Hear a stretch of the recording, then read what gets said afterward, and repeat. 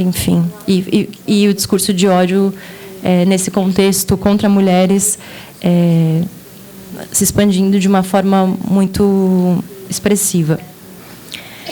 Por fim, acho que uma outra questão que me surge é que a senhora disse na fala também, né, da concretude dessa caça às bruxas no nosso contexto atual, principalmente, né, na Índia, no Quênia, Nova Guiné, em Uganda, o que nos leva a uma primeira autocrítica, né, sobre a nossa atuação feminista e o nosso desconhecimento total desses acontecimentos, né, ou pelo menos parcial desses acontecimentos. Então, enfim, a nossa atuação feminista parece não fazer aliança com as nossas irmãs de outros continentes, né? Acho que esse é um primeiro puxão de orelha ao ler a segunda parte do livro, né?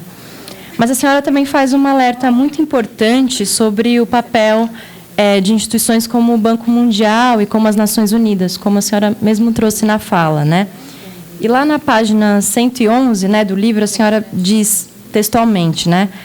As Nações Unidas, por exemplo, apoiam os direitos das mulheres da boca para fora, mas tratam a liberalização econômica como objetivo de desenvolvimento do milênio e observam em silêncio enquanto as idosas na África e em muitas partes do mundo são demonizadas, expulsas da comunidade, cortadas em pedaços ou queimadas vivas, né?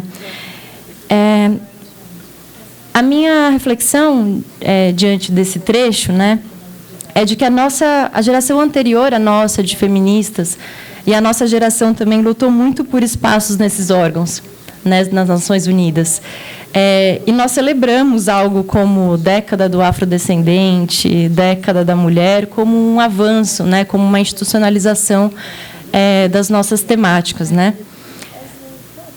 A minha pergunta é como lidar com essa contradição, né? Ou como efetivamente a gente pode lutar ou levar a julgamento de modo concreto essas instâncias, levando em consideração que agora nós também a compomos, né? E nós também lutamos por estar nesses espaços. Eu acho que eu vou parar por aqui para a gente abrir para perguntas. Muito obrigada.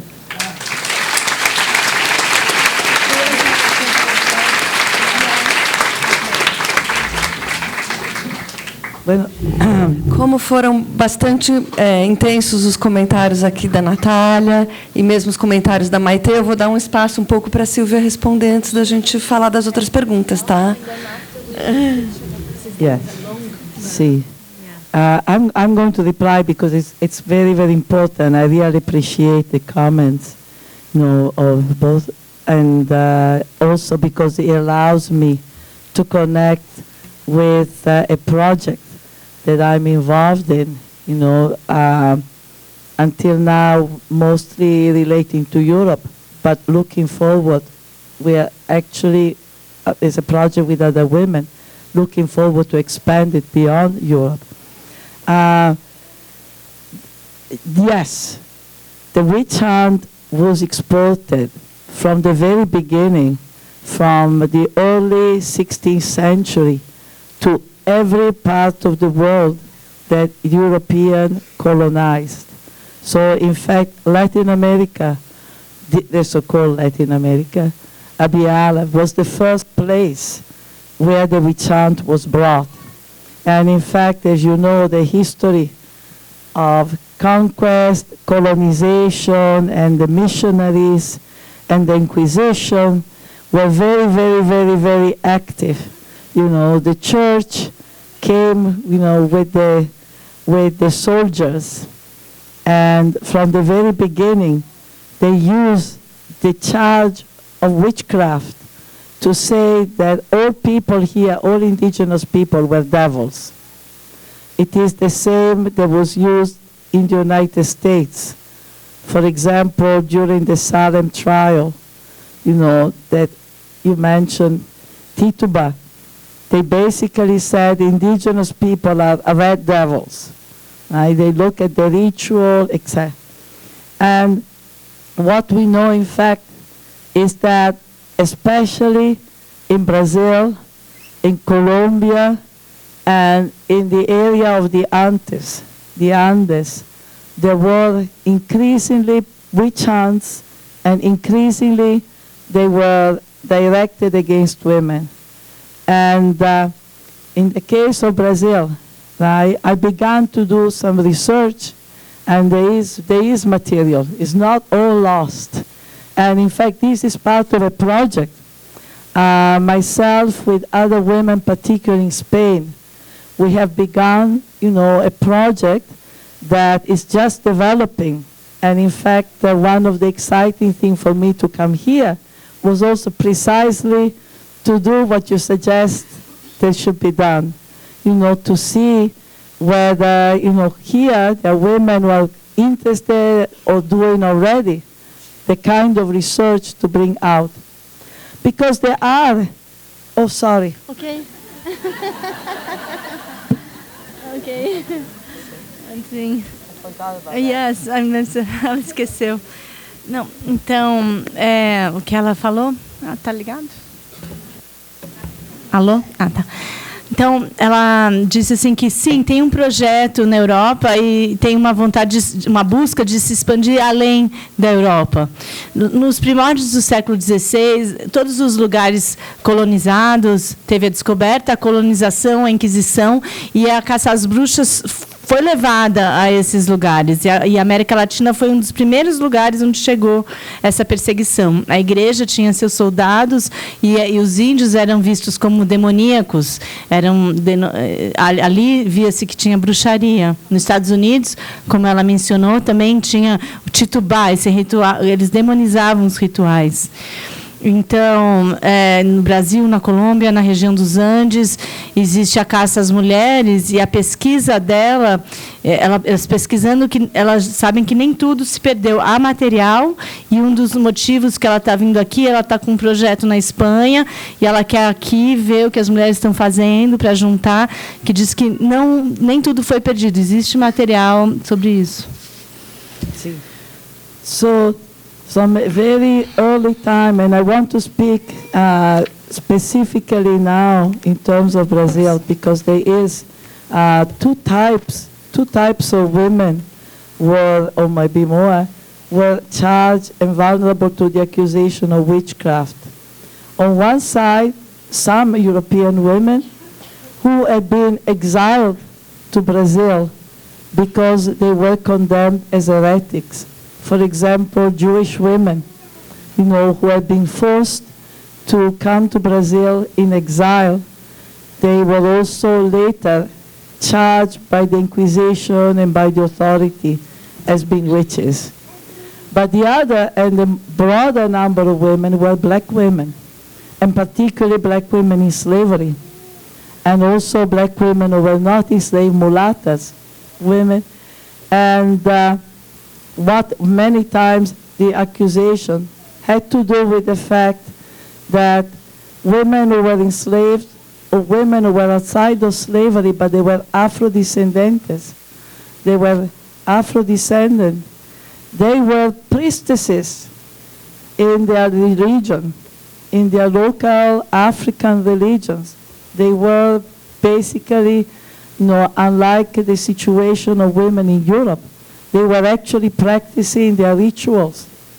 And also they had a place in anti-slavery revolt, and the accusation of witchcraft was very much used, right, to demonize the revolt and demonize the kind of rituals that people practice and women practice, because they were seen as part of a culture of resistance.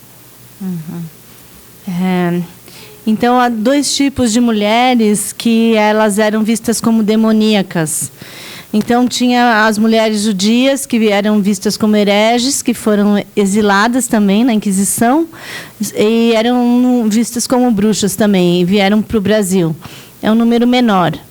Depois tinha as mulheres negras que vieram escravizadas, que elas eram afrodescendentes, e elas eram também mulatas, depois afrodescendentes, né? Depois que acabou a escravidão. E elas eram sacerdotisas, diferente das mulheres na Europa, elas praticavam os rituais e elas também tinham um lugar na luta anti-escravagista. E elas eram vistas como bruxas e demonizadas, porque elas tinham um lugar no rito de resistência dessa comunidade. And there are historians, in the same way as there are historians who have studied the witch hunts in Europe, there are also historians who have studied the witch hunts. There's a lesser number, but historians that have studied the witch hunts, in Colombia, in Brazil. But what we think that we should be doing a kind of research from below. And over the last 3 years, with a growing number of women in Spain, we decided to set up this project, which is a project to recuperate the history of the women who were persecuted and executed as witches, and recuperate it through a research done from below. Recuperated from below? Yeah, that we are doing it. Without being historical experts, without being historian, but that we go, for example, to the archives, we go to the places where we can get information. And so, for instance, now in Spain, there are about 15 study groups from Madrid to the Basque Country. There are 15 groups of women who have begun to go to different places, a lot to the archives and other places, to get that information, to understand who was accused here, who was attacked, what happened to her, who was she, etc., etc. In March of this year, we had the first Congress, the first conference of all the groups in Pamplona. And we're going to have another meeting in the fall of 2020. Witchcraft meeting. A witchcraft meeting, yeah.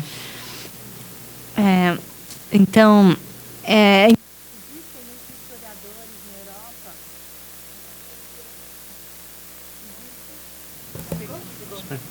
desculpa. Então, existem historiadores na Europa, em maior número na Europa, mas também na Colômbia e no Brasil, pesquisando sobre essa questão da caça às bruxas, mas eles estão agora focando nas pesquisas que começam de baixo, né? Então, são muitas pesquisadoras mulheres na Espanha que vêm desde Madrid até os Países Basco. Então, muitas mulheres recuperar a história dessas mulheres que foram perseguidas, compreender quem foi acusado, o que aconteceu com elas. Então, isso que ela quis dizer, como pesquisas que são feitas não por historiadoras, são muitas mulheres mesmo, indo pesquisar direto nos arquivos. E tem 50 grupos já de estudo que estão acontecendo atualmente, e elas já se encontraram em março, em Pamplona, e tem um encontro já marcado para outono de 2020. See, the reason for this project is that the witch hunt, both in Europe and the same in Latin America or in Africa, has been completely erased from history. What I mean is that, yeah, there are historians, they publish books, but those books are in the library, in the universities, and most people never heard of the witch hunts. They think the witches are legendary figures. In Europe, witches are really legendary figures for the majority of people. And what is happening now is that in the towns, in the villages where witches were executed, after having been horribly tortured, burnt alive, they are doing a commercial use of the witch hunt for tourism. So we have the witch. So we have shops who are selling the doll with the witch, represented as an horrible woman with the big nose, the teeth out, the demonic smile, And for 20 euros, you can buy, you see the children going up